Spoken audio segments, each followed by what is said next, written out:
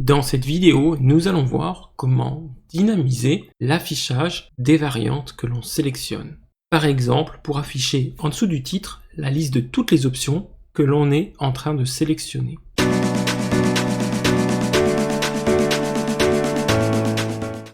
Alors pour ça, on va commencer par aller dans Main Product et au moment où est-ce qu'on affiche les blocs, aller dans le Case Title. Donc then Title.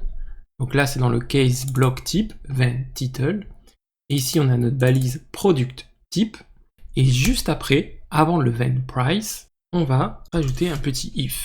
Donc, on va dire, si dans les settings de mon bloc, ma variable que l'on va créer plus tard, on va l'appeler show variante, label. Donc, est-ce que l'on veut afficher les différents labels des variantes que l'on a sélectionnées? Et on va aussi vérifier que product a bien une variante par défaut égale à false.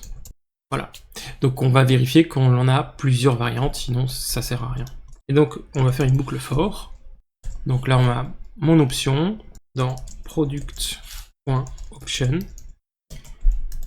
with value.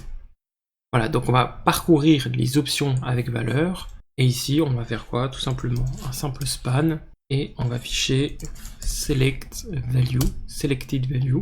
On va faire un escape. Donc tout d'abord, on va déjà créer ce paramètre, show variante label. Donc pour ça, on va aller chercher le bloc qui s'appelle title. Voilà, ici. Et on va lui rajouter des settings.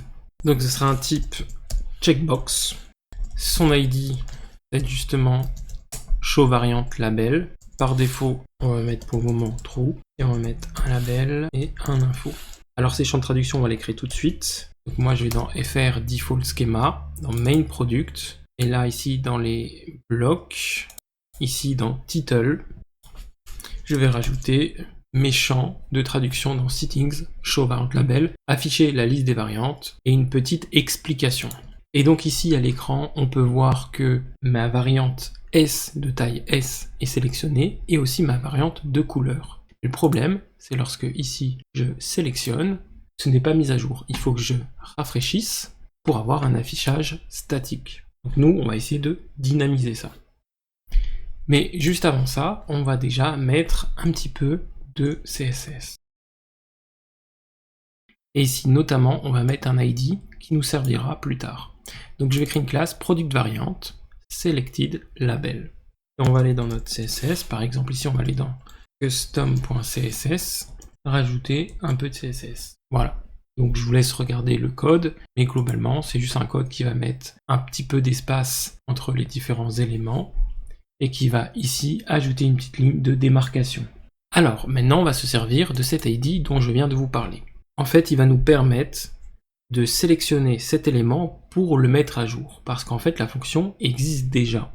Il faut aller dans Product Info, qui se retrouve dans le dossier Asset.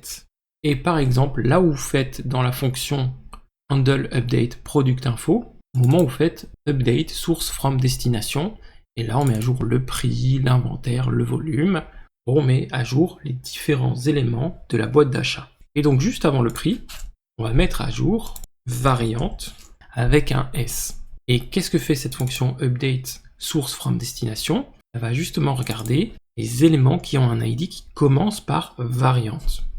Ici maintenant si je mets variante ici, il va venir chercher ici variante, qui est suivi de son section ID, pour le mettre à jour. Vous voyez en dessous, price-section ID, ça fonctionne de la même manière. Si bien maintenant qu'une fois que j'ai rafraîchi et que je navigue, je vais bien avoir ici mon champ variante qui est mis à jour. Alors ici j'ai juste un sélecteur de taille, mais si j'avais un sélecteur de couleur, eh ben, ce serait la couleur à côté qui serait mise à jour. Maintenant, on va déployer et tester. Ici, lorsque je vais choisir mon titre, je vais avoir mon sélecteur de variantes. Alors pour ça, on va choisir un produit qui a des variantes. Celui-ci par exemple. Voilà, donc des variantes entre masculin, féminin, des couleurs et une taille. Parfait. Et lorsque je vais choisir ici mon titre, je vais pouvoir afficher ou non les variantes que je suis en train de sélectionner. Voilà, maintenant vous savez comment mettre à jour un label, ou ça peut être un autre type de champ, qui va indiquer quelle est la variante que j'ai sélectionnée. Et comme vous l'avez vu, le code en fait est déjà établi dans le thème down par défaut, et donc c'est extrêmement simple. Si vous avez aimé ce genre de vidéo, n'hésitez pas à la partager et à visiter le reste de ma chaîne.